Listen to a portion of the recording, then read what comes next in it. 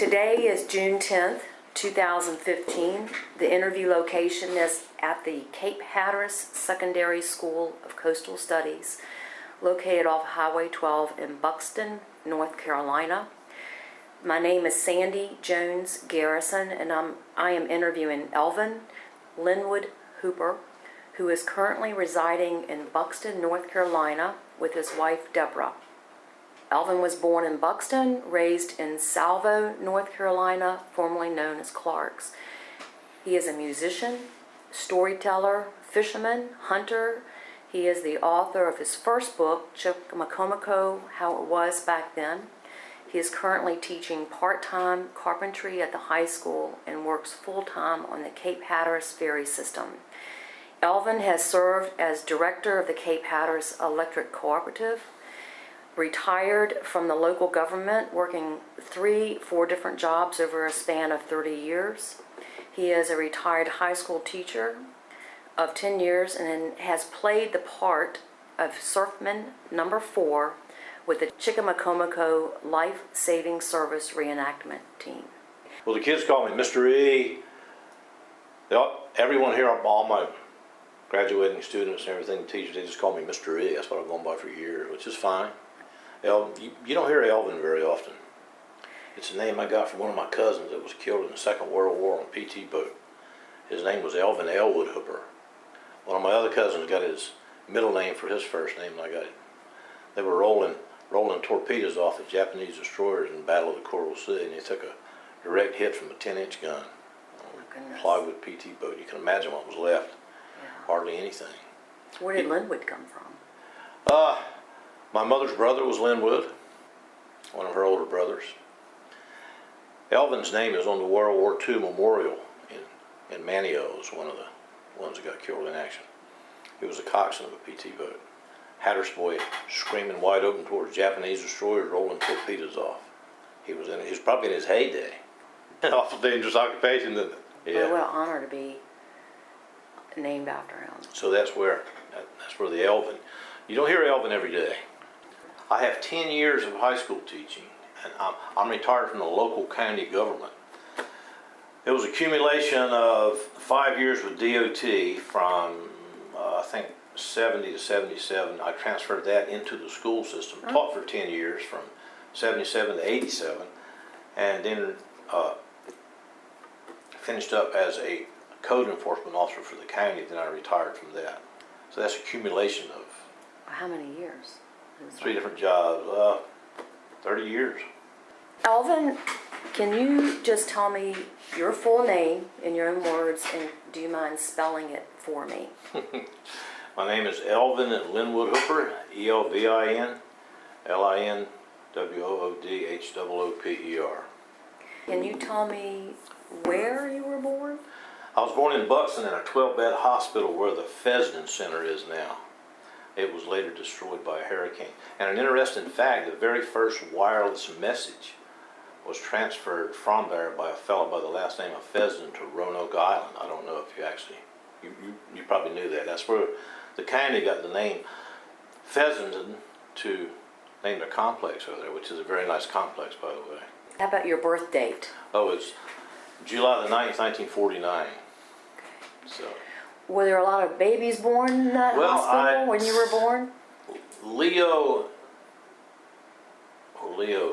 he got killed in Vietnam, but him and Waylon Jeanette's mother, Miss Juanita Jeanette, she was a nurse there with Dr. Hornstein. I think he was a German from somewhere. And I was the very first baby that she assisted in delivering. So through the years, she would send me little birthday presents and birthday cards and stuff. Miss Clarence Jeanette's wife. Even when I grew older, I was fairly close to her because of that relationship. She's gone now, like a lot of my older friends are. When you get my age, you've already lost a lot of friends. So how long, when your mother was there giving birth to you, how long were they allowed her to stay? I mean, was it you had the baby and you were gone the next day? Well, I don't really know. There was a 12-bed hospital there. I know I was premature. I was less than 5 pounds, so they had to be real careful. I don't know if we stayed for a few days or were able to go right home, or Lord knows. I've never heard anybody say. So that facility was able to accommodate a premature baby during the 1949. Well, I don't know what type of medical attention I received there after I was born, but evidently it must have been the right stuff because I'm here. But I mean, I was really underweight, I guess you could say. Yeah. And I think I was born in like 7.5 months or 8 months, something like that. Yeah. So I came a little early. My mother was like in her upper 40s and my father was in his early 50s. My closest sibling, Bertus, is like 19 years older than me. And he just turned 84. He lives in Salvo still. Well, are you the baby of the family? Yes. And how many brothers and sisters do you have? I only have one brother that's living. We had a couple of sisters that were actually born before Bertus, but they died at an early age. I can't remember. I heard my parents talk about it. I don't know exactly what they died of, but they didn't live too long. I think one of them probably a couple weeks and maybe one of them 6 months. We have heart trouble in our family. And they didn't really know if it was lupus, but one of my other cousins passed away in her 40s of lupus, which is some sort of blood disease. I don't know a whole lot about it. It could have been that. I don't know. That was before my older brother was even born. He never saw them either, I don't think. Well, let's go back to your parents. Can you tell me your parents' full names? Yeah, my father was named Edward Francis Hooper. He wasn't the youngest son. He was the actually eldest son of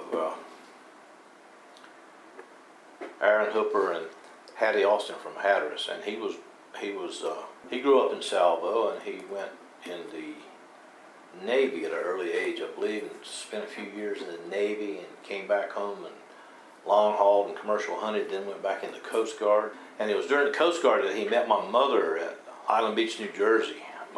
My grandfather up there was in charge of the Coast Guard station where he met my mother up there. So all these Hattersmen have always said, "Oh, here comes that Yankee." They've always aggravated me about that, you know. So my mother being from coastal New Jersey and my father being from here. She came down here at an early age and spent her entire life here. And what was your mother's name? What was her full name? Her name was Eleanora Louise Hooper, Eleanora. And all the folks around Salvo just called her Nuge for short for some reason. Neudge, Lord knows what it was. Aunt Nuge, all my cousins and stuff call her. Where she got that name on, don't know. She probably never divulged that for some reason. Is. So she came down here as a young woman, not growing up from this area. Was it hard for her to acclimate? I think she was only 16. I mean, when they got married, my father was probably, I believe he was 3 or 4 years older than she was. And I always heard my grandfather Worth, that was her last name. He came down here 2 or 3 times in the early years and tried to get her to go back. He was with or without your dad? Well, he liked my father pretty much, but I think he thought that she was too young to be a wife and be 9.5 hours away from the family. I can't remember. She had, let me see, 4 brothers, and I believe she was the eldest daughter. So they had a large family. So did they elope, or did they get married down here? I never found that out. I don't know if they got married up there. I don't know if they got married down here, but they ended up down here, of course. Okay. In those days, everyone built their own house, and of course, when my grandfather came down here, a new family just starting out. They didn't have a very big house, of course. When my grandfather came here to see, I guess how she was doing for the first time, they didn't have a very large house. My father had built his own house. It was only like 2 or 3 rooms, you know. They got most of the material from washing up on the beach and this, that, and the other. I mean, just like the houses in coastal New Jersey at the time, basically. Of course, they had a lot more access to materials and stuff there than we had here. So he built his first home when he was first married. Yes. Himself. And where? Where did he settle? I mean, everybody did. Right there in Salvo. When I sold that property, my brother lives right at the beginning of Hooper Lane now, which is a big development on the Sound. We have access and rights to use that harbor, lifetime rights, and that was the area right there. As you come in Salvo, you go up about probably a block and you'll see one big house back on the sign, and it's all cleared. And it's called Iron Hill Harbor. It's a housing development back in there. It's a cluster lot type subdivision. And it was a real good idea when they first started it, but you see where the market's gone. Nothing's selling. So it fell flat. So The house that your dad built, was that where you were raised, or did he have to build a bigger place? I believe that was his either second or third one, because hurricanes tore up the homes they had before. I think they lost a house in the 30s, and the 44 storm came. I think they lost a house then. And the one I grew up in actually sold to one of my cousins, and she remodeled it, and now someone else off island has built it. When I was growing up in Salvo, you had plenty of protection from the sand, like hurricanes come up the sand, like Arthur and Emily. Everybody let the weeds grow up and the trees, and there's just a little path down to the landing where you walk. But when the wind shifted to the western and all that tide come busting in there, all those weeds and all those briars and stuff are interwoven, and they held back a lot of that. Now all the tourists have come here, and I can understand what they want to do. I mean, I've seen it. I've been part of the ruination of the whole thing. They want to see the sun rise over the ocean, and they want to see the sunset over the sand. Well, if they buy sand front homes, the first thing they do is clear cut the lot. Cut all the trees down, plant nice grass and this, that, and the other. Well, here comes a storm along and shoving all that water in front of it, and up there to Salvo.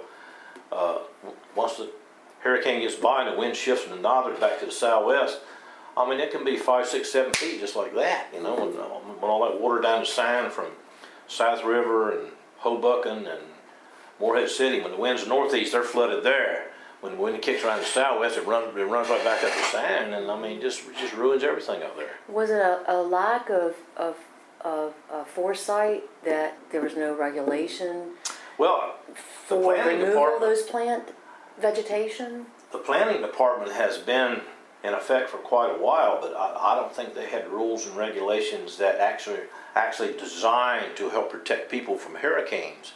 There's wind loading and stuff on the dwellings, this, that, and the other, but as far as having rules not to cut vegetation and this, that, and the other, if you buy a piece of property here, as far as cleaning is concerned, you have to adhere to the land use plan. But I mean, you can cut trees and clear, unless you're in the area of environmental concern, which CAMA comes in, or the federal government, and tells you cannot. But you know, if you buy upland, you can cut all the oaks off of it. You can plant grass, and if you go through Salvo, you can see. I mean, you can look it's all clear cut, and Avon's the same way. All up and down the island, which is a good thing, because they can see the sun come up. They can see the sunset over the sand. They're high rental properties, good income provides a lot of revenue for a lot of local families, and I mean, it's a two-edged sword. We used to be able to live from ocean and the sand, from crabbing and fishing, but I mean, these days you might as well face it, the tourist dollars are our main industry. So, and I mean, you know, that's what drives this island. Let me go back to your dad's people. Okay. So your dad, he was Edward Francis Hooper, and did you say his family was from Hatteras? From the Alston family, or? That was my grandmother, Hattie Austin. She came from Hatteras. My grandfather, Aaron, his name was A.W.H. His middle name might have been Warren. I think they came across the sign from either Stumpy Point or Gull Rock. They originally lived over there, and they started building little fishing camps out here because fishing and stuff was better. So they ended up living out here, settling. And so they had your dad, and then how many siblings did your dad have? Let me see. He only had one brother. It was Luther Hooper. It's hard for me to remember all these. I think Arkansas. She was Elvin Elwood's mother. I believe she was the oldest. Well, Mariah was the oldest. She was Edward Williams' mother. Her name was Mariah Hooper. Arkansas Hooper and Lucy Hooper. He had 3 sisters and 1 brother, so it was 3, 4, 5 of them, I believe, to my recollection. So your dad left Hatteras. He was part of the Coast Guard, left Hatteras, Oh yeah. ended up in New Jersey, met his wife, and then they settled in the Salvo, from what I've read is now formerly called the Clark's area. Yeah, you see Clark's Bethel Methodist Church, you see Clark's Bay. I think years ago some fellow by the name of Clark just owned all that land.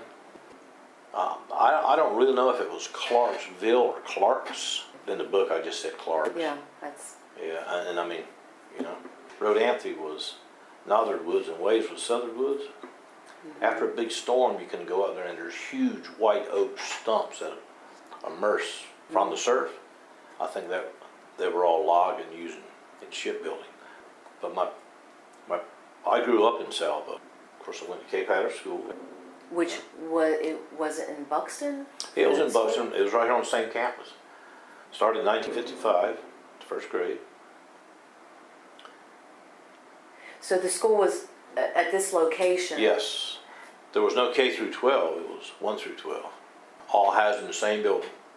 The high school had an end of, we actually changed classes, but we were in a hall away from the elementary. Small campus, there's pictures of it, sure, Mom Silver's pictures. Do you remember any of the teachers that you had? Oh, Any yeah, significant sure. ones? And do you Yeah, remember their names? absolutely. Can you tell me some of their names? Oh, I had a first grade teacher by the name of Mrs. Robinson. I think she was from probably the Cresswell, Columbia, Scotland Neck area. And then I had Mrs. Vida Lawson Horton's wife in the 2nd and 3rd grade, I believe. The 4th grade, and the 6th grade was Miss Hilda Brown. I remember her. 7th and 8th grade was a guy by the name of Mr. Clark. He handled most of the middle school. My high school teachers, Miss Catherine Mizzy was Anderson's wife. Kay Whitfield was English teacher. She's a legend around here. She taught me in high school English, and she taught a lot of other kids in high school English here. You know what I'm saying? And she, math teacher, I had Mr. Salvers, who was a principal. He taught me algebra. Mr. Martis was a geometry teacher. And shop teacher was named, I can remember his last name was Stamey. He was from Greenville. He might have married a local girl. I can remember most of them. How big were your classes? I think, let me see, the smallest class I know of was my cousin Johnny Hooper was in. There was 7 boys and a girl. There was eight of them. I believe when we graduated in '68, it was 25 or 26 of us. So it was in the 20s, you know. Do you ever see anyone from your graduating class? Oh, Lord, yeah, there's tons of them here. All right. So Yeah. everybody stayed home? No, they didn't all stay home. Or some of them's passed. You heard about Stuart Kaiser not too long ago. He was in that class. He was in your class? Yeah. Crass Graves became a lawyer and moved up to the beach. Elwood Gray's son. A lot of them still in Kentucky. Ole Hooper works DOT as a ferry captain. Janice used to be Scarborough. Janice Spake now still lives in the area. Melita Bassnight, I don't know who Melita married this last time. She's still here. Teresa Austin. There's a bunch of them still on Hatteras. Now there's a few off the island too, going off to live. I'd say probably about half of them probably stayed. Do you ever have high school reunions? We had one about, I believe it was 15 years ago. We hadn't had one since. I think you're due for another one. Yes, it's as you get older, it's hard to get things like that organized. It takes a good organizer. Kathy Jarvis was in that, and was in our class also. That tells me a lot that there are quite a few members of your class that stayed in this area. A lot of to people make love their Hatteras. homes. You always say you can take the boy out of Hatteras, but you can't take Hatteras out of the boy. I mean, you know what I'm saying? Everybody I know that was actually born and raised here, most of the girls, some of them married Navy guys, of course they moved away. But every chance they get, they always bust back here, like the 4th of July, and I mean, you know, and I think we were very fortunate to be actually born here, and I respect those people that have moved in and decided to make their home here. I'm not anti-tourist in any way, shape, or form. I mean, because I know what drives our economy, and I know what makes everything go, and we need the tourists, and I respect the tourists. How did you meet your wife? My wife, Luke Mizzy, was actually from Rodanthe, and he married Annie Mays from Beaufort. And Deborah used to come up here sometimes in the summer with her parents, and that's how I met her. Like on the beach? She was born in, yeah, exactly, the big beach fire one night. She was born and raised in Beaufort, went to East Carteret, and that's, her family is there. Of course, we go back and visit her family a lot. Yeah, I actually met her at a big beach fire right there by the Hatteras Island Fishing Pier. We used to pile up wood all day long. I mean, after work, just set it on fire, and everybody would come up there and come over the dune. And they went right there, you know. So that's where the party was. That's where the party was. So did that happen a lot? The beach fires? Oh yeah, every night almost in summer. A lot of music going on? Flat top guitars, absolutely. Everybody's singing, playing, having a good time. The Park Service kind of understood then we kept the beach clean.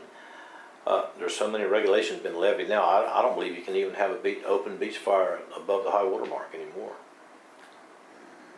Which I'm not saying, you know, anything about that, But it was a form of entertainment, and that's living free.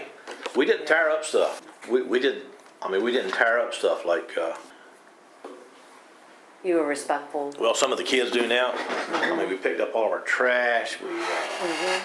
I would say we were in harmony with nature. That's ever since I ever hunted, fish, or anything. My grandfather always told me, my father too. You clean your own catch, you dress your own game, and you don't needlessly kill things unless you're going to utilize them. If you catch more fish than you need, you share with your neighbors. If you kill more ducks than you need, you share with your neighbors and the old folks in the village and stuff. So we were respectful, and nothing went to waste. Yeah. Well, what other things did you do as a teenager? We worked, and every idle minute that we had, Salvo Campground had over 125 sites there. So of course we were always down there chasing those campground girls from all over the country. And we surfed every spare minute we had. And we had those big beach fires, and we partied. I'm not going to deny that. We partied a lot. You know what I'm saying? We had a great time. And of course, when the speckled trout come, we angled. When the big drum come, we angled. And when hunting season came and all the tourists was going, my father ran Gull Island Club for years, and my brother ran it. We had curtain boxes out there, stilt blinds out there. That helped put me through college as well as flounder fishing. And in those days, everyone's kid worked at whatever their parents did. My father was a commercial hunter and a fisherman. We had decoy boats to haul up and paint during the summer and get ready for the next season. Had nets to mend, had crab pots to make. I mean, you know, just like everyone else. Like the Mizzy boys, they all worked in real estate because their parents were in real estate. If your father was a fisherman, you worked with them. If he was a builder, you built houses and whatever come by, you know. Was your father a musician? Is that where you picked up your gift of playing musical instruments and singing? That was probably, well, he did a math harp. It was from my father's side. I had a lot of cousins that actually played guitar, and my father played a math harp. My mother was an excellent singer. I think the musical part came from my father's side. If you like music and you like to play music, there's an unexplainable nagging in the back of your mind. I've got a flat top guitar hanging up in my living room where I can see it, and I pick it up at least 10 to 15 minutes a day. And you always walk around with a tune in your head. And it just nags at you. And if you hear a new song, if I can't find it and learn how to play it, I'll call up two of my friends. I say, hey, have you heard this song?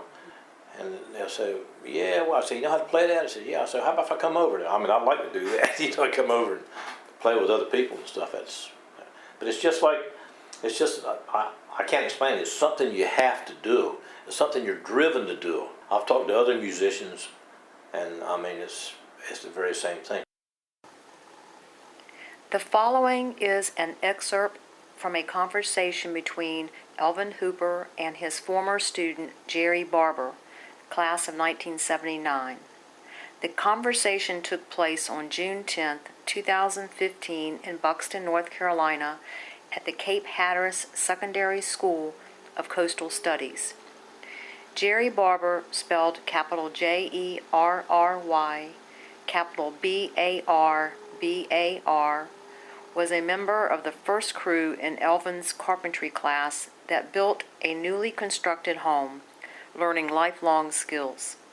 The interview was recorded by Sandy Jones Garrison. You see this? This is called a life-saving check. There was life-saving stations every 7 miles from Maine to Florida. They had halfway houses in between them, and they had to walk beach patrol at night. So they had to exchange those things to prove to the keeper that they walked a patrol. That's a copy, of course, you know, but I mean, it was another thing that's actually a part of my life, that life-saving service. And I mean, that just haunts me too. Because when 9/11 came along, we could no longer fire the black powder cannon. Now the Coast Guard runs the shot line at it. So, were you born here? No, I moved here. I was in the 10th grade when I moved here. And you lived in Buxton? Avon. Oh, Avon. He was a Kenny Keeter. 2 streets down from the movie theater. They had a little putt-putt golf course on the other side of the parking lot. I had a crew in those days. Him, Gary Bunny, Jeff Gray. Jeff Gray. What happened to Roger Rocker? Roger, he's back working for Misery Realty living here. Are these your classmates? Yeah. My hooligans. 1979. My former boys. So you was telling me you built the first house Yeah. with your supervision? There's 3 or 4 of them within Yeah. a mile of school right here. Not See, we had Elvin for 3 hours. We had him 1 hour in the we had shot for 1 hour in the 10th grade, and shot for 2 hours in the 11th grade, and 3 hours in the 12th grade. And we built a house. 1, 2, 3. We went to Williamston. We had a VICA competition. Statewide. They might as well have been talking in Greek. I thought, We got stage fright. Well, how'd you do? I wasn't in the competition. I was just an onlooker. I took them all just so they're exposed to it. My dad went as a chaperone. I drove the activity bus and loaded them up. Stayed in a motel overnight. Where's the house that you built now? That one that you first participated in? I don't know. You remember what it looks like, Gary? Yeah, Where are you living now? Roxborough. But okay, so I thought that's where you moved, but you Yeah, currently live our there. house burnt down in 2 days before Christmas in 1987 or 86. No, it wasn't 86. It was 87 or 88. December 23rd. We had it rented out, and the people, they were from Owensboro, Kentucky, and they had their grandkids over, and I think they were just playing with matches or something, because at the time it started. We had the basement. My mother had a flower shop, and she had a ceramic shop underneath the house, and we made that into an apartment. So when we came down, we had a place to stay, and I remodeled all that and put cedar shakes on everything, and caught on fire. And my dad sold the property to Ralph Fredrickson, who was a builder up there. I don't know if he's still alive or not, but he bought it and tore it all down and put up another one. Yeah, Ralph passed away a few years back. So you have a lot of history with each other. Well, he grew up here, basically. Yeah. And my dad worked with his cousin Donald Hooper. My dad thought the world of Donald and Elvin. Oh. That was your cousin, you said? Yeah, remember I told you Elwood got one of my cousin's middle name for his first name? Right. Donald was Elwood's younger brother. Okay. He used to play lead guitar in a rock and roll band I was in for years. He died at 40 years old with lung cancer, never smoked a cigarette in his life. He's a heck of a guy. Oh, yeah. One of a kind. Fantastic guitar player. If he left the island, he could have made a living playing guitar. See, we grew up in a church playing all kind of instruments. I can fiddle a little bit. I can play, of course, alto harp's easy. I can play piano a little bit, you know. She was interviewing me for Coastal Voices. Oh, yeah? I'm a legend in my own mind, you know. You are. Did you ever sell your property up there in Salvo? Yeah. They finally, well, I actually kept lifetime rights to the entire harbor, though, just in case my nephews, my cousins. It got to the point where storms were more violent. In the late 80s, early 90s, I think I bailed a mud out of my garage about 4 times. I barely just got sick of it. So I come down here on the hill in the middle of the woods back there, 25 feet above sea level. I was at your house before. It's only 20 miles over to Salvo. It's not like I've left the country. I parked my truck and I thought, man, they got 2 schoolhouses now. I wonder if I'm in the right one. I'll have to go over there to one by your house. It's big, isn't it? Mm-hmm. Much bigger than it was. Heck yeah. I think my old shop was much better, though. The way it was laid out and everything. Mm-hmm. I see they tore down that activity bus garage that they built. They had a time tearing it down, too, believe it or not. We did an activity bus garage for the school. That was the year before we built the house. Laid blocks and put a roof on it. Or the activity bus. That was the Yeah. activity bus. So we laid blocks, we laid brick, I taught them electric. They did all the wiring in the house, all the plumbing, all the HVAC, but I had contractors come in from the community to take their portion and actually teach them how to do this. Amazing. And they drew a lot of kids. A lot of kids went to work with HVAC people, they went to work with plumbers, and they went to work with electricians, a lot of them did. But they learned to do all this in high school, and I mean, they loved it, you know. I didn't have any problem with vandalism. What happened to that place where you used to play guitar at? Closed down. You can catch me up at Sam Hagedon's once in a while now. Anytime you see, well, most of the time it's just Elvin and friends you'll see on the marquee. It's Chad Bennett sometimes and myself, Hal Lester once in a while. Whoever I can get tangled up with will go up there. And Where do you play? Moon over Hatteras Bar is. Oh, right, Turner's? it's right there as you turn in Kenny Key. Turner. Yeah, Turner's. What is it? I call it Turner's. I thought it was Moon over. High Moon. Yeah, there you go. Yeah, but I Sam was- Hagedon's place. Yeah, okay, I didn't know you played up there. Well, I don't really play up there, but every now and then, like Chad will call me and say, "Hey, I'm gonna play up there. You want to come?" And Yeah. It's just like a freebie sit-in. Yeah, it's place. played Chad Bennett and the All Stars. Hal Lester, Bruce Pritchard. Pritchard, and Frank Lorenzo and myself. We play for Old Christmas. We play for a 4th of July bash down in Hatteras at the Community Center, and we play for a marlin tournament. So we play like 3 or 4 times a year. That's Yeah. all. That's all. Now we got all that old tube solid state equipment. We got. They got an old Victrola. I mean, Yeah. it's all old stuff. It's good stuff. I played, I guess, adult basketball up to my 62, 63 when I had to stop that. I played softball till year before last, where I couldn't run anymore. I chose walking instead of running. I'm not as active as I used to be. Physically, and it's beginning to tell on me. You still walk though? Walk, ride a bike, surf a little bit on the south side. I didn't know you surfed. What? I was on a Salvo surf team. We participated in Surf team. Rudy Inlet and the East Coast Invitational for 10, 15 years. Really? Yeah. I've got a Dewey Weber Performer 9.6. I got a Hobie Eastern Star, and I got so I got 3 boards then. You ever play with Grandy? Absolutely, Graham's my cousin. Is it? Yeah, I play a little heavy rock and roll with him. Yeah. Him and Michael, we get together. I take cotton and jam in both ears. We go by Michael's house, just as tight as I can get it.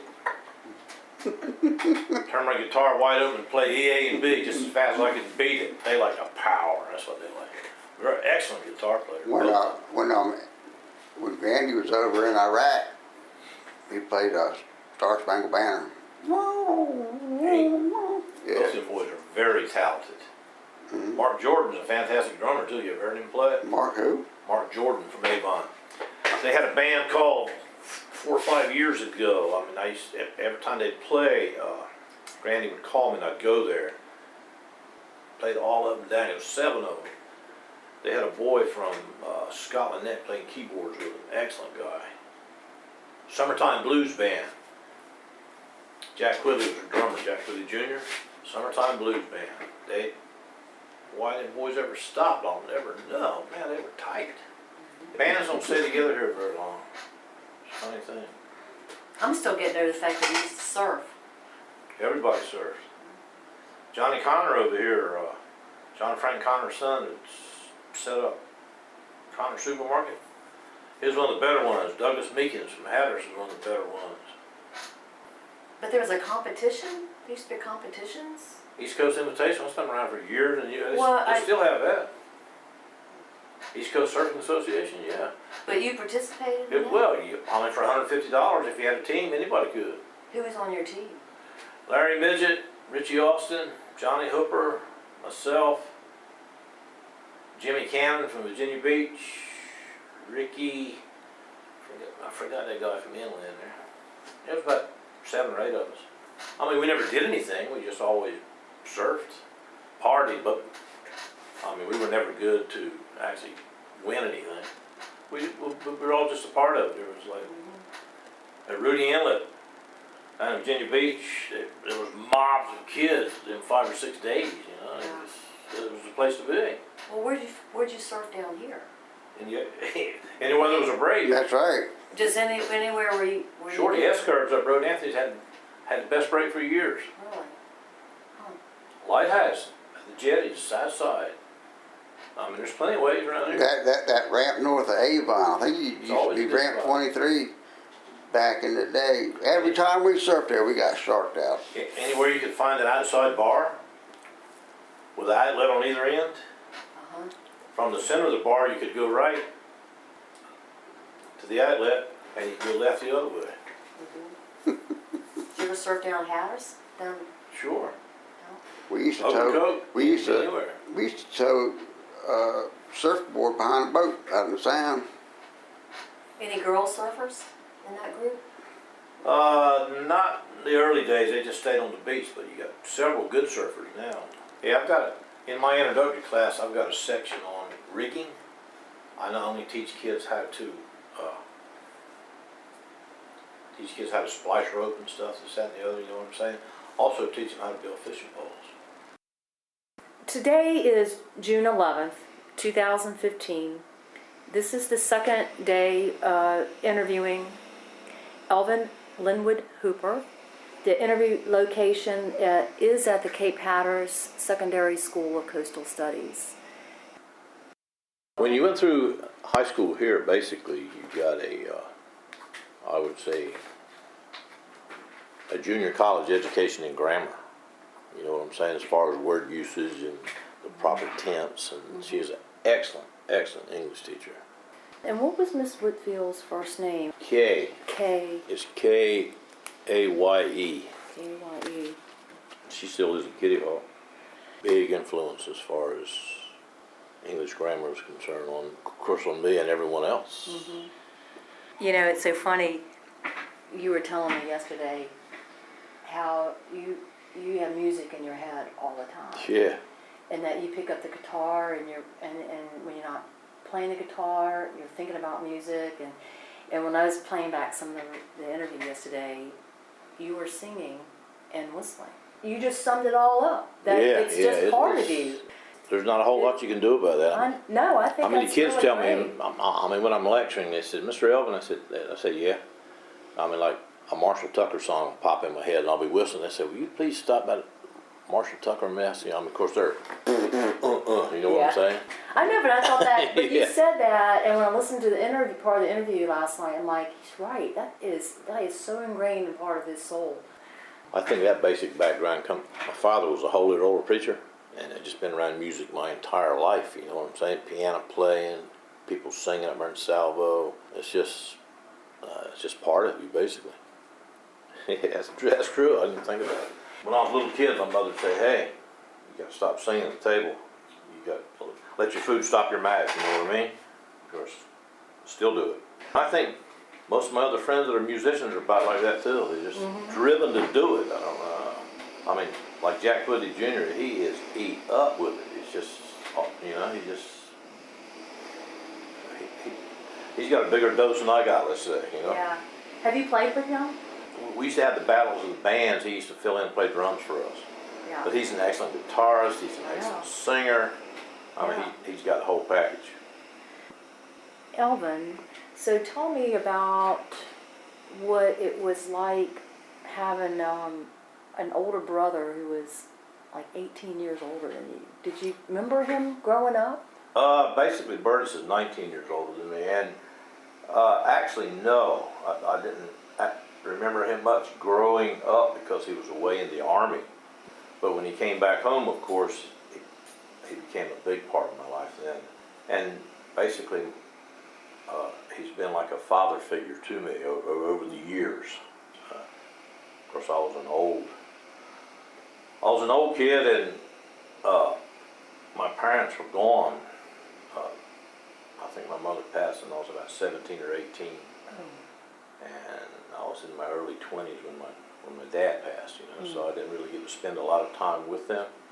I knew my grandparents, but that was about the extent of it. I knew my father's parents, and I think they were gone by the time I was 8 or 9. But my grandparents lived in New Jersey. I don't have any recollection of them whatsoever.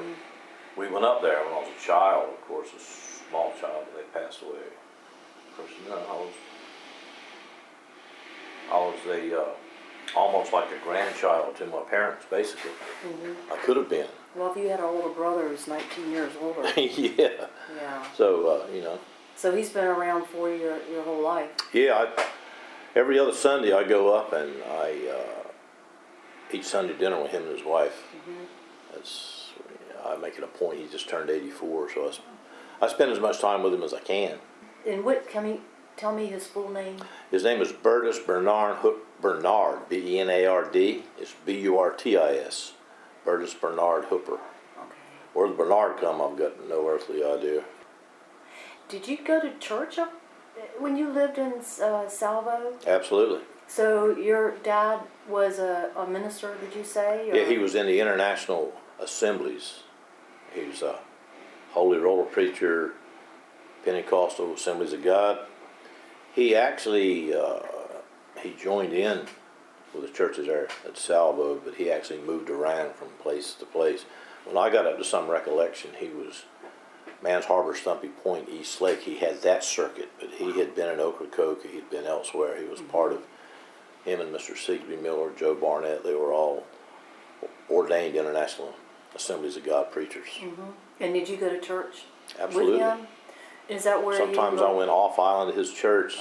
I attended the Pentecostal church in Salvo. It was called Salvo Assembly of God then. I came up in the era where people run up and down the aisle, they've sung, clapped their hands, shout and sung under the power of, God, and just, you never knew where the meetings were going. You know, they were really volatile as far as church meetings today. In other words, when the Holy Ghost and the power of God came down in the church, it was anybody's guess what was going to happen next. It's not like I would call the churches today are laid back, even the Assembly of God church. There's not much fire left in them, that's what the old folks say. There's not many shouters and hand clappers, and in those days the congregation was part of the service. You know, they reinforced what the preacher was trying to bring across. Hallelujah, amen, praise God, you know what I'm saying? And how about the music? People, it was wide open rock and roll is what it was. You say what you want to. You go to Assembly of God church now, and if everybody sings like in a monotone, like la la la la, they're just going through the motions, you know. In those days, it was real. You know, it was upbeat, good music. So would you say that's where you got your first exposure of music? Yeah. These other guys would never admit that, but they all got it basically the same place, because when they were little kids, their parents took them to church. How about your guitar playing? How'd you learn to play guitar? Basically from my older cousins and stuff, showing me things. I'm not what you would call a real good lead guitar player. I'm basically a rhythm guitar player and probably at best a backup singer. My voice is so low, I do pretty good with Skinner stuff, Marshall Tucker. I do pretty good with Johnny Cash, stuff like that I can reach. But some of that other stuff that I can't reach, I don't even try. You know? Well, what kind of music are you playing now? What do you like to play Basically now? old 60s rock and roll. And I mean, we play some Birds. fairly new stuff. Yeah. Marshall Tucker, Leonard Skinner, some old Hank if you get in a place where there's a lot of older guys, they want some old Hank, some young Hank. I would guess it's country rock, basically. Now, the guys that I play with, Bruce and Hal, I've been playing with Frank forever. Their trends in music are a little bit more modern than mine. But they sat there and take the punishment and back up to my era when we're playing. So I feel lucky to have them. And I can call them at the drop of a hat and they're ready to go. But you grew up with music in your house. And Yeah, we played Your dad together. was a musician and he was musical, and your mom sounds like Yeah. she was musical. And We have played together so much that we don't even have to practice. We got a set list of about probably 75 or 80 songs that we frequently can just sit down and start playing. well, what was some of the bands that you can remember? What were some of the bands that were playing around that you enjoyed? Do you remember the names of them? Oh, when I was growing up, you mean? Yeah. Oh, like the Beatles, like the Rolling Stones, all that type of music. I would say it was rock and roll. Okay. And how about bands here? Bands here, there wasn't too many. I can remember Calvin and Johnny before they got, I would say, before they really got saved. They had where the steel building is now, where Woody works in Napa. They used to have dances on Saturday night. And where is that? It's where the Napa building is now. In Buxton? Yeah, Johnny Connors bought that building and replaced it. It was a big garage owned by I know that. Conrad Burris and Calvin Burris. They used to have dances there. Really? Johnny's completely redone the whole thing, but there was a steel building there too where they worked on cars. I don't know if you knew Conrad or not. Calvin's brother, he passed away a few years back. But let me see if I can remember. I didn't know that. Jack so. Evans, Bill Evans' father. I mean, they had real good bands. You know, I mean, I can't remember the names of them, but they were basically country music. There wasn't many bands as far as, of course, we've been Chickamaucomico forever. We're a Bush League band. When I started playing with Frank 40 years ago, I met him in the Navy at the old Officers Club. Lorenzo? Lorenzo, yeah. Lorenzo. He used to have Cape Escape Realty. He's got Captain Frank's Hot Dogs up there in he's been a drummer for a long, long time. I met him at the old Officers Club. I was playing down there one night, a couple of acoustic sets years ago, probably in the early 70s or something. Where was the old Officers Club? The Officers Club was to the eastern of where you come in. Then it was a Navy base, and it was between the beaches. That whole area is washed away, and that's as you go into Coast Guard base, you call it now. Yes. There used to be a Navy base. Oh. Frank was in the Navy there. And the Officers Club was to the east of that even. Way to the eastward of it. The beach was a lot longer then. There was a parking lot of Officers Club. And could people who lived there go to the club, or was it just Not really. military? You had to be invited. You had to have a Okay. military sponsor. Oh. They just had us in there. My cousin and I, Donald Hooper, he died of lung cancer at 40. He was a lead guitar player. He was a couple years younger than me. We played together in church forever. Then we picked up Jack Cahoon Jr. from, he's lived in Manio. He played with us for about 25 or 30 years. I guess he was a bass player. And Frank was a drummer. There was 4 of us. And of course, it got to be an aggravation for Jack coming down here to practice. He plays with several bands up in the Nags Head, Manio area.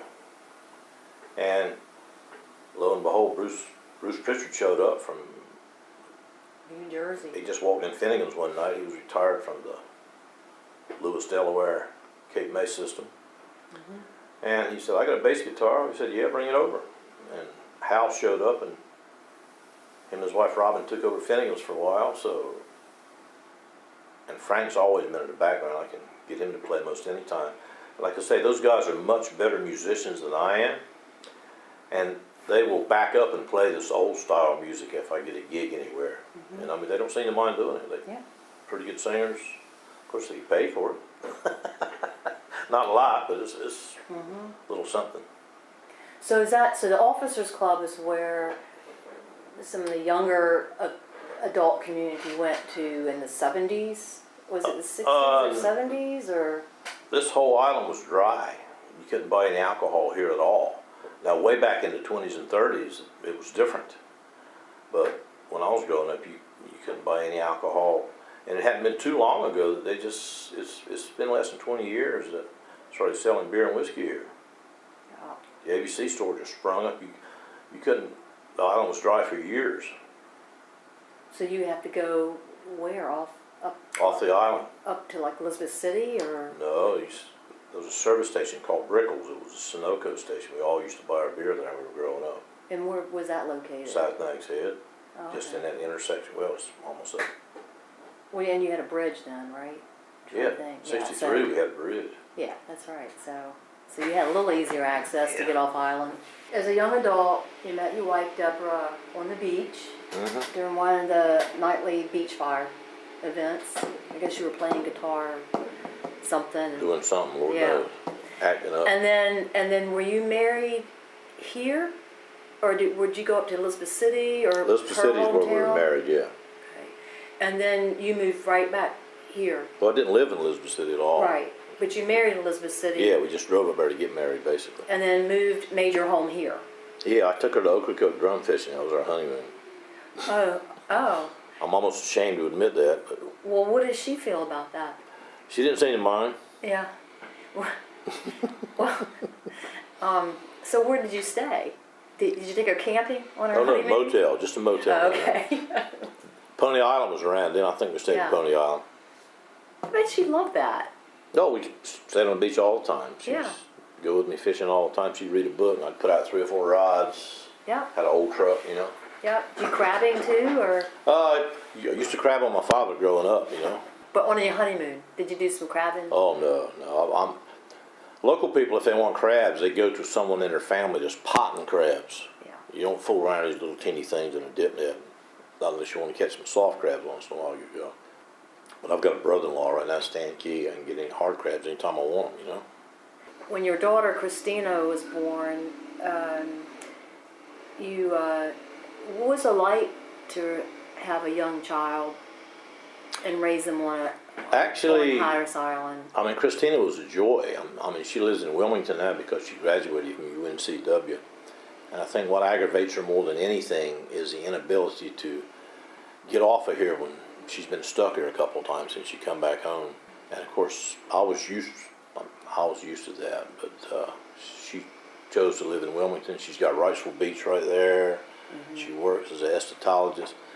But she was really a joy growing up because my wife was working full-time at the time. And I would take time, we lived in Salvo then. I would go get her from like preschool and the elementary school when I was coaching basketball, here boys and girls. And she grew up in the gym, not because she had much choice, because her dad was a coach and she had to stay with me because her mom was still working. And basically, she grew up playing basketball with my older boys and girls, and she was a fantastic basketball player here. She got chose for junior national. And we traveled all around the country during her junior year. I took the whole summer off and just followed her. And I think the Ohio State women's softball coach was the basketball coach for the junior nationals team. And we ended up in the Hoop Center in Indianapolis, Indiana for the finals. And I think they placed like 10th in the whole national invitational tournament. It was really rewarding experience for us, and I mean for her too. And she got involved in softball. Everybody was always saying, they saw me on a 5-gallon bucket catching her all the time. She was a fast pitch softball pitcher. I sent her to all the pitching camps and stuff. And all my friends and stuff said, why don't you leave that girl alone? They thought that I drove her to do this. She chose to do this. And I used to sit on a 5-gallon bucket in the summer, and I mean, she'd fire the softball at me when she'd get home from camps. I mean, I'd pitch to her for batting practice. And I was still a coach when she came through high school, but I stopped coaching the girls and got away and started coaching the boys some. But every Sunday, even after we moved down here when she was in high school, every Sunday we'd have to come over here, and she would shoot 125 three-point shots and over 200 free throws. And I come along and just threw her the ball. And that was her schedule, not mine. Did she play basketball in college? Never did, just threw it all down. UNCW softball coach came to First Flight to look at another girl that was pitching up there. And Christina happened to be pitching the same day. And they beat First Flight in a real close game.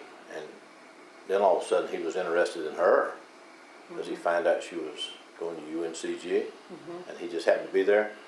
But she just showed no interest whatsoever. She just threw it all down and her glove was right where she left it in her bedroom, her bat and stuff too. She said, hey, I'm going to make good grades. I did that in high school, and she did. So that was her life here. I guess that was her life here.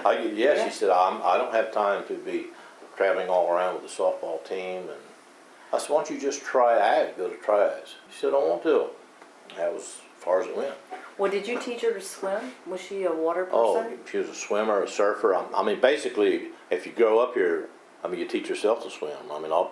All kids can swim. If you don't believe it, pick them one up and throw them in the water. They can dog paddle at least. Just a natural instinct to keep your head above water. She was a pretty good surfer, good swimmer, enjoyed water sports, likes to go out in a boat, likes to fish. Of course, she's got a completely different lifestyle now. But it sounds like she had a good kids childhood. She had a good rapport. She was SGA president, and she was a good kid. No problem with drugs, alcohol, anything like that. Even when she comes home now, sometimes unless it's real hot, we have this competition. She's got where she can beat me now, but I used to be able to beat her from the free throw line. Little friendly competition. Speaking of Christina, you published a book titled Chickamaucomico, How It Was Back Then. One of the main characters in your book was a young girl named Christina, and you had written in the back of the book that she was named after your daughter. So where did the idea of the book come from, with your daughter growing up and being involved in her young life, and then you wanted to incorporate that young life in the history of the Rodanthe, Salvo Waves area? How did it all come about? When I was a young kid myself, we used to go to Mr. A.C. Gray's store up in Waves on a Saturday night. He had the only TV there. All the men from the 3 villages basically would take their kids there. And the older guys, their grandfathers and my father, and I used to get to go with them. And as long as we were quiet and stayed off in the corner out of the way, we were allowed to go there. They were trying to get the Friday night fights on. And of course, it was antenna TV. You were out there with an old wrench trying to turn the pipe and this, that, and the other. And they said a little more to the left, a little more to the right. And they hardly ever were able to watch the fights. Mostly just snow. So it would end up, they would all be talking about their experiences growing up. Some of the guys were in their 80s too, and they'd be talking about their grandfathers and this, that, and the other. They'd be sitting around drinking coffee and eating sweet cakes and stuff you had there. Of course, we'd all have soda. And I'd just be sitting in the background taking all this in. So 90% of the content of that came from those listening sessions and talking to older people here. How old were you about? Probably 9, 10, 11 You're years young. old. And I didn't even realize, didn't even have any idea why I was storing this stuff, but I remembered a lot of it. And when Christina come along, I transferred her back 200 years and brought her up through that era as a young girl moving in from Baltimore. She was shipwrecked with her father. She ended up near the Chickamaucomico area, and they decided to make their home there, and he became what was called a wreck commissioner, and they were able to stabilize a living until she got tangled up with this young lieutenant and moved back to Boston and made a life of her own. So that was the life I chose for her 200 years ago, based on using all the local names here. And there's a lot of fictional. There's a lot of fiction in there. It's a historical fictional novel, but it has a lot of facts about the area and stuff that are true. But if you notice, I put a disclaimer in there, and I stated that although there's a lot of historical facts that are true, some of them are not so true, because I didn't want everybody running after me saying, "Oh, that's a big lie. You made it." I didn't make it all up, but I juiced it to make it flow and make it interesting. And I mean, you're allowed to do that when you write fiction. You can do anything you want. Well, what character was you? Were you the captain? Oh no! Or were you surfing in number 4? No, I don't see me being in anywhere in there unless Edward was, of course.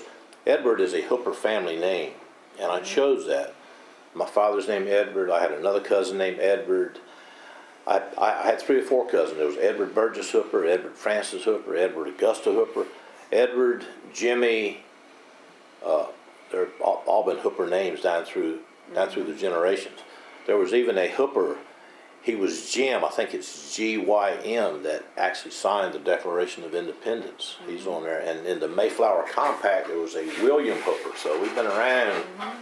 We've been around for a long, long time. So you really, it sounds like you morphed all the Hooper men into my family, many of the characters in Daniels, there. the Midgets, the Howards in Ocracoke, all my relationships over the years. My entire existence has been about building good relationships with people. I mean, talking to them, finding out where they come from, who they are. I still do that. I mean, I don't really mean to do that, but if you notice when we first started talking, I asked where you were from, how you got here. It's just, I can't help that. I mean, I want to know why people chose to come here. And, I mean, I've always thought we were fortunate to be born here. Well, I know the horses were important in that book. I mean, did you grow up riding horses, or? Actually, I had a couple of horses, but when I came along, of course, 1963, I was probably 12 or 13. And once they bridged the inlet, there was a lot less horses, a lot less goats, a lot less turkeys, a lot less chickens, because your stock got run over by, and we had to start pinning them up. I would say near my brother's era, I based a lot of that on stuff I've heard from him and people that are his age, like when the horses used to run free. And then, of course, when development comes, it's just like we're reducing the Amazon forest by so many hundreds of acres per year. Why do we have to have the Amazon forest? You know? But this island opened up, I mean, commercially, when the bridge came through. Of course, you had to start pinning up your stock, and you had less and less, people had less and less horses. And when I grew up, it was I would say it would be a privilege and a treat. There was 4 or 5 people that owned horses, and my cousin Donald and I shared one. I had a little stable back of my house and saddle and everything, you know. And my cousin Leslie Hooper had a big mare, Champ, we used to ride all the time, but they could no longer run free. And I had been up and down the island, and I had seen those dipping bats. There's one covered up in Salvo Campground. There's still one up in Waves. It's the farrars and the bushes have grown up in. And actually, before my time, they would have to round up all their stock, and someone from the Department of Agriculture would come down here with a solution, and they dip them, I mean, with ticks and stuff, for ticks and parasites, and looked at their teeth and this, that, and the other. So, I mean, I bet that was a good time. I put an episode in the book about that. I didn't experience that, but, I mean, nobody knows that I didn't experience that, so I got that from some of my older cousins and my brothers. And So what was the reaction of your family to this book? Were they excited for you? Well, basically, I would say the average Hatteras Island family, my wife is extremely excited, my daughter's excited about it, and all of my educational friends are excited about it. The friends I work down in the docks with, my relations with my older Hooper family, they said, "Oh, well, he's done something else." You know what I'm saying? And I have got older cousins that I have given them the book, and they've yet still to read it. You know? That's too bad. It's a great book. Well, I think it will be your legacy. oh, you think so? Because you are a very active man with everything that you're Mhm. involved with, but to culminate your life, where you live, the history, all in this book, I think it's going to be your legacy. So you're working on a second book. Is it Yeah. a continuation of Christina's story? No, it's completely different. Okay. This is basically me coming along. Okay. I've able to go back and relive all my good experiences and add stretch them out and make them. It's called Gull Island and Other Stories. It's about growing up, commercial fishing in the sand, commercial hunting down on Gull Island. My father curtain box hunting, stand blind hunting. Where is Gull Island? That's a little island. It's about 3 miles out into sand, located between Salvo and Avon. You can see it if you pull out of one of those pullouts. It's a huge island out there. There used to be a 14-bedroom hunting club out there when my father ran it. Really? He ran it for Alexander Corteritas. He owned Mary Jane Bakery out of Norfolk. All of his friends. So I grew up bailing out curtain boxes, tying out decoys. I stayed out there every spare minute I could. I loved it out there. Still go out there drum fishing now. The house still there? No, they were actually remodeling it, and something actually happened to it. I don't know if lightning hit it or maybe a scrap fire from some of the debris. It actually burned to the ground, and they They're not never gonna rebuilt it. It's Not just too bad. open and wild now. How big of island is It's probably maybe a mile and a half long, about a half a mile wide. It's got scrubby bushes and trees on it. So it's your life around The road, Nancy. that area. From probably about 1955, it starts out when we're out for summer vacation. And I'm on my way to Salvo, free at last for the summer. You know what I'm saying? Mm-hmm. And it brings us up to current time and some of the problems we have the island's facing today. Yeah. The economic problems, the problems with the bridge as far as ingress and regress, and all of the rules and regulation that's been implementing on the fishing community, and the restrictions on the beach, how it's affected the economy and the local businesses and stuff, and the impact of the storms have had on the island and stuff. What upsets you the most with all those things? Upsets me? Well, I can't say that none of it really upsets me. I am not a tree hugger or a heavy conservationist and stuff, but with more and more people coming, you have to have more and more rules. I understand that. And if anything, it's the rules and regulations that seem to wipe out the old style of life. I mean, all of my commercial friends and my whole family used to be commercial people. And as far as being able to adhere to all the rules, and I mean, it causes the old style of life to be wiped out. Like fishing and stuff is almost a thing of the past. Commercial hunting, there's still a few commercial hunters, but all the local people, I would say basically that was born and raised here, they've got out of the commercial fishing business. There's still a few left. There's still a few crabbers, and they've got out of the commercial hunting business. Most of the commercial hunters around Hatteras Inlet and stuff are people that have moved away here, that have moved here from way off the island, and they set up commercial guide services and stuff. Most of the people live here realize you can't really make a go of it, you know, unless you have several irons in the fire, unless you're a fisherman, a crabber, a commercial hunter, this, that, and the other. But Wade Austin and his group, and Bill Evans, and a lot of my friends down in Ocracoke, there's a lot of local Ocracoke residents down there that still are clinging to crabbing and fishing and actually commercial guide services and stuff. Rudy Austin and his brother Donald, they take ATV trips over to Portsmouth and take the tourists over and stuff. So there's still some of it, but it's all, we depend on the tourist dollar now. I mean, that's our main industry. Did you ever think of her living somewhere else? Not really living for a long time. I don't mind going off the island for a while, but hey, I'm just, you know. You love living here? Absolutely. I was born and raised in paradise. Other people have to come here. you know. And I respect those people that choose to come here and try to make it, you know. All of the real estate companies and everything have provided a lot of jobs for people, you know. What keeps you here? Keeps me here? Yeah, what keeps you here?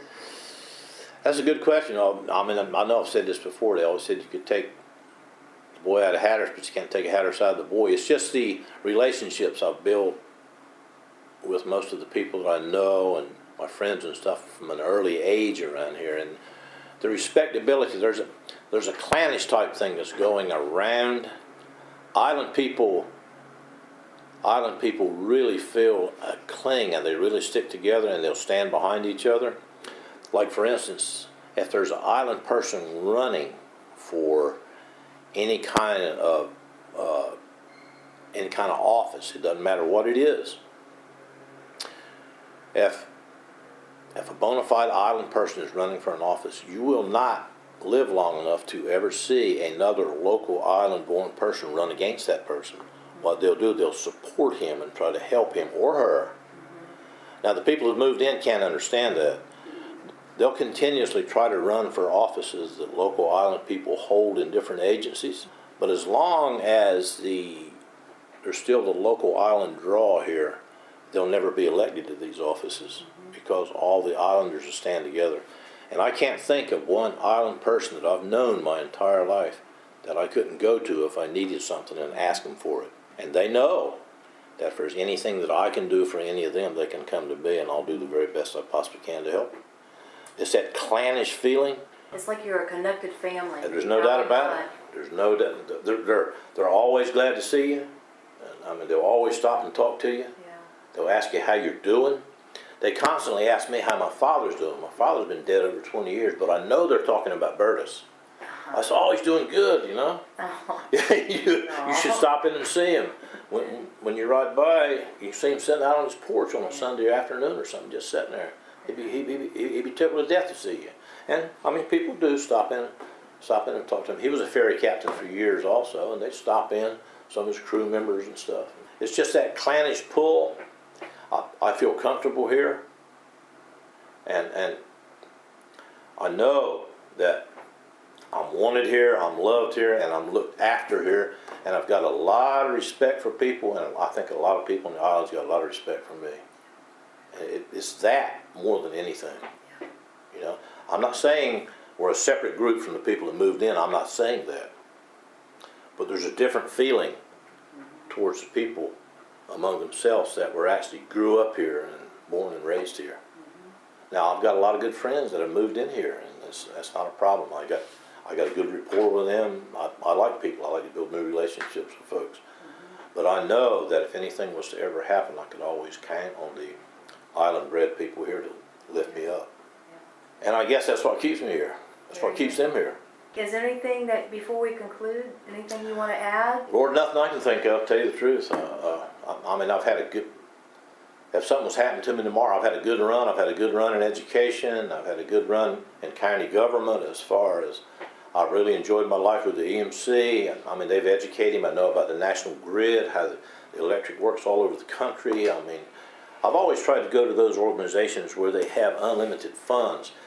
Like the county, when I was a code enforcement officer, they would send me anywhere in the country that I wanted to go if I thought I needed a class to help improve my performance. And I mean, I got certificate levels there as high as I could go. And I've done the same thing with the EMC. I mean, sometimes I'm in Orlando with them, sometimes I'm in Indianapolis with them. If I needed to, I could fly to California, anything whatsoever that they feel like is going to make that EMC better. And they even recommend courses for me to go to sometimes. So I have got a very extended education from other agencies I didn't have to pay for, because I'm constantly hungry for knowledge and new things that I don't know about. And I think that's what keeps short, fat, ugly people like me going. The inquisitive portion, you know. I've heard 100 people say, if you would spend more time with your music, you could make a living at that. Well, see, they don't realize I don't want to make a living playing music. I keep music stored under the word fun. if I ever had to throw down everything and make a living playing music, it might not be fun anymore. So I don't want to move that. I work at other jobs to make money. I think you're a Renaissance man, personally. I'm a musician for fun. I love that fast-paced lifestyle, just as hard. And I mean, the Grim Reaper's going to get me, the Grim Reaper, but he better put his running shoes on to catch up with me. Is all I got to say. You know, I've got health problems like everybody else, but I really don't dwell on that stuff. No.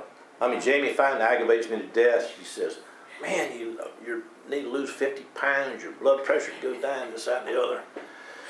I said, "Well, when I got Anson Novas and my sister-in-law Jean's, how can I lose 50 pounds? And they got a pot of stewed chicken and pie bread there and a pineapple cake." And I just brought you cheesecake. I don't worry about that. You know what I'm saying? Yeah. I'm not preoccupied with my health. Thank the Lord, I've got fairly good health. Yeah. You know. Well, thank you for the interview. Oh, I enjoyed it.